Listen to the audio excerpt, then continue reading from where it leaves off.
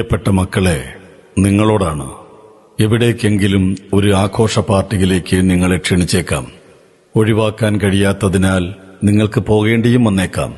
Socialise ചെയ്യേണ്ടതും സൗഹൃദങ്ങളെ പുതുക്കേണ്ടതും ആവശ്യം തന്നെയാണ്. എന്നാൽ എവിടെ, ഏതുതരം പാർട്ടിക്കാണ് നിങ്ങൾ പോകുന്നത് എന്ന ഉത്തമ ബോധ്യം നിങ്ങൾക്കുണ്ടായിരിക്കണം. ഒഴിവാക്കുകയും അകറ്റി നിർത്തേണ്ടതുമായുള്ള സകലതിനെയും ബോധപൂർവം തന്നെ ഒഴിവാക്കുകയും വേണം. LSD, MDMA, കഞ്ചാവ്, ഹെറോയിൻ, മാജിക് മഷ്റൂം എന്നിങ്ങനെ പല സാധനങ്ങൾ വിലസുന്ന പാർട്ടികളുണ്ടാവാം.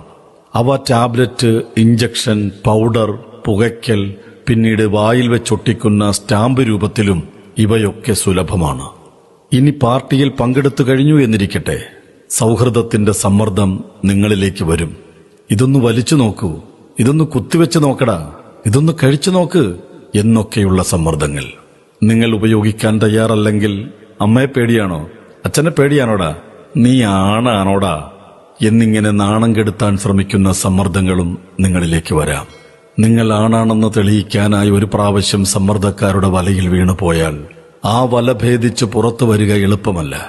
വലയിൽ വീണു കഴിഞ്ഞാൽ യഥാർത്ഥത്തിൽ നിങ്ങളുടെ ആണത്വം ഇവിടെ നിന്ന് ക്രമേണ നഷ്ടപ്പെടാൻ തുടങ്ങുകയാണ്. മക്കളെ എന്ന സംബോധനയിൽ ആൺകുട്ടികൾ മാത്രമല്ല, ലഹരിയുടെ മായാവലയങ്ങൾക്കിടയിൽപ്പെട്ടു പോകുന്നതിൽ, അതിന്റെ കെടുതികളേറെ അനുഭവിക്കേണ്ടി വരുന്നതിൽ പെൺകുട്ടികളുടെ എണ്ണവും അവിശ്വസനീയമാം വിധം ഏറെയാണ്. ഓരോ ലഹരി പാർട്ടിയും അവസാനിക്കുന്നത് മക്കളെ നിങ്ങളുടെ വിലയേറിയതെല്ലാം നഷ്ടപ്പെടുത്തിക്കൊണ്ടും മൂല്യവത്തായ ജീവിത വിശുദ്ധിയെ ഇല്ലായ്മ ചെയ്തുകൊണ്ടുമാണ്.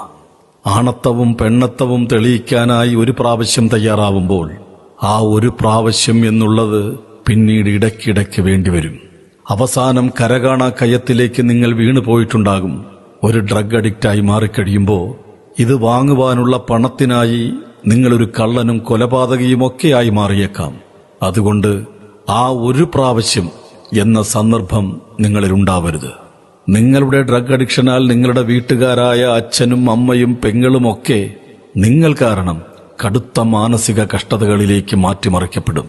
അത് പലപ്പോഴും കൂട്ട ആത്മഹത്യകളിലേക്ക് നയിക്കപ്പെടും.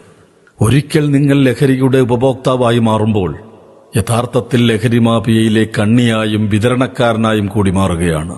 അങ്ങനെ സ്വന്തത്തിനും കുടുംബത്തിനും സമൂഹത്തിനും രാജ്യത്തിനാകെ തന്നെയും നാശം വിതയ്ക്കുന്നവരായി നിങ്ങൾ മാറുകയാണ്. ഒരിക്കൽ നിങ്ങൾ നർക്കോട്ടിക്സ് കൺട്രോൾ ബ്യൂറോയുടെ കയ്യിൽപ്പെട്ടു കഴിഞ്ഞാൽ ഓർക്കണം, നിങ്ങളുടെ അച്ഛൻ ഷാറൂഖ് ഖാൻ ആയിരിക്കില്ല, അമ്മ ഗൗരിയുമായിരിക്കില്ല, അവരെ ആശ്വസിപ്പിക്കാൻ സൽമാൻ ഖാനും വരില്ല. ഒറ്റപ്പെടുന്നതും ഇല്ലാതെയാവുന്നതും നിങ്ങളുടെ കുടുംബം തന്നെയാവും. നിങ്ങൾ കാരണം അങ്ങനെ ഒരവസ്ഥ ഉണ്ടാകരുത്. Say no to drugs.